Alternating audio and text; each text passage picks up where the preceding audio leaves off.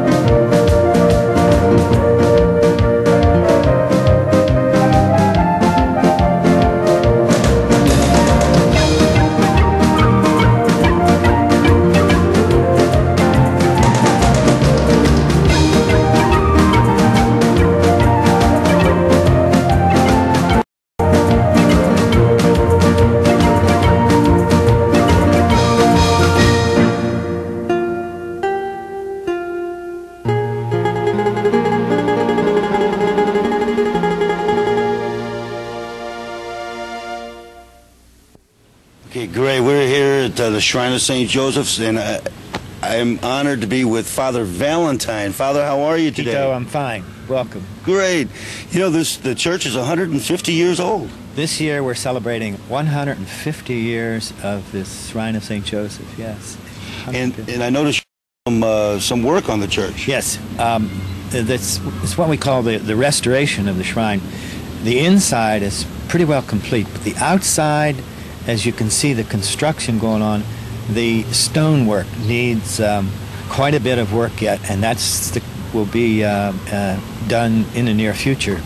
Some of the stone and the brick, the parapets up there they're sort of crumbling. We don't want to have any accidents, so these things are being done right now. Tell us a little bit about the history of St. Joseph's. Well, the history goes way back 150 years, and all through those years the shrine has been a very, very popular place. The Jesuit fathers actually staffed this particular church from the very beginning, and it was through the Jesuit priests that this famous and well-known miracle took place here in the shrine. I'll explain that to you when we come to it, the miracle. And a Jesuit priest, named Peter Claver, down in South America.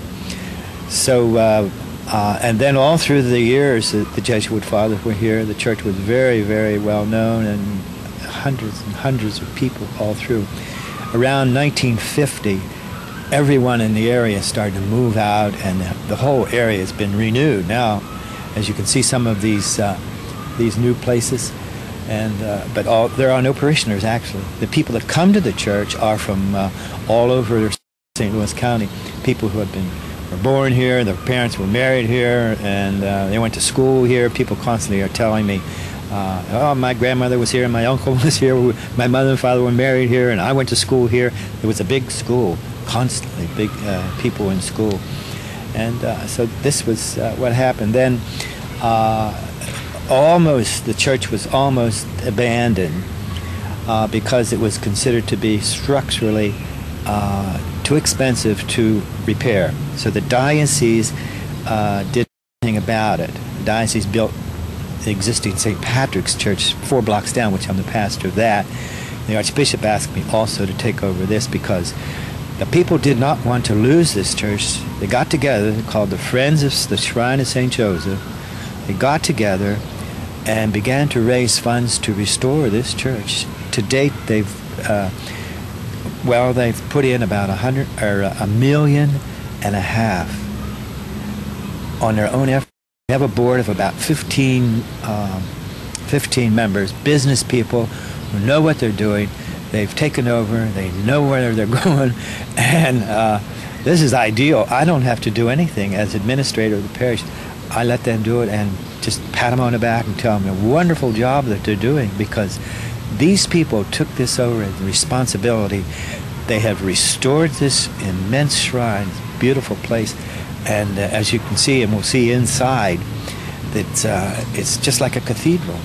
It's been restored. It's remarkable, just remarkable how this has come about. Well, we know that the Lord works in strange ways. Strange, mysterious ways. You know, in fact, it's so well known that this church, has been restored by the people. I got a call from Chicago last year on a talk show, and they said, "We understand that the people restored this church themselves." I said, "Yes." They said, "Would you tell us how this was done?" In Chicago, there's a group wanting to restore their church, which has been abandoned. So I explained to them how it's done. It's just that people got together. People want to keep the church. They don't want it to go.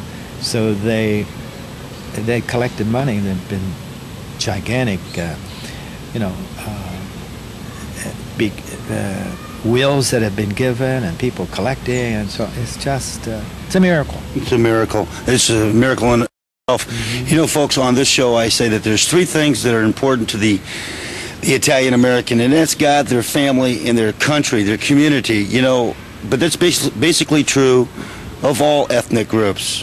This is an Italian American show, and my grandparents came to this church 50, 60, 70 years ago. I don't know exactly when, but when they first came over to this country, they lived in the area of town where other than the hill, where there was a lot of Italians down around the... Yeah, there were a lot of Italians. In fact, 2 blocks down, there was a church called Our Lady Help of Christians. That was the Italian church. This was more or less the German church. Mm-hmm. But now it's everybody. German, English, Irish, French, and all the people come here. There's no real distinction, because they all work together. It's folks. There's a lot of you people out there that know about St. Joseph's, and you don't have enough information on it. We're going to give you a phone number here that you can contact Father Ballentine.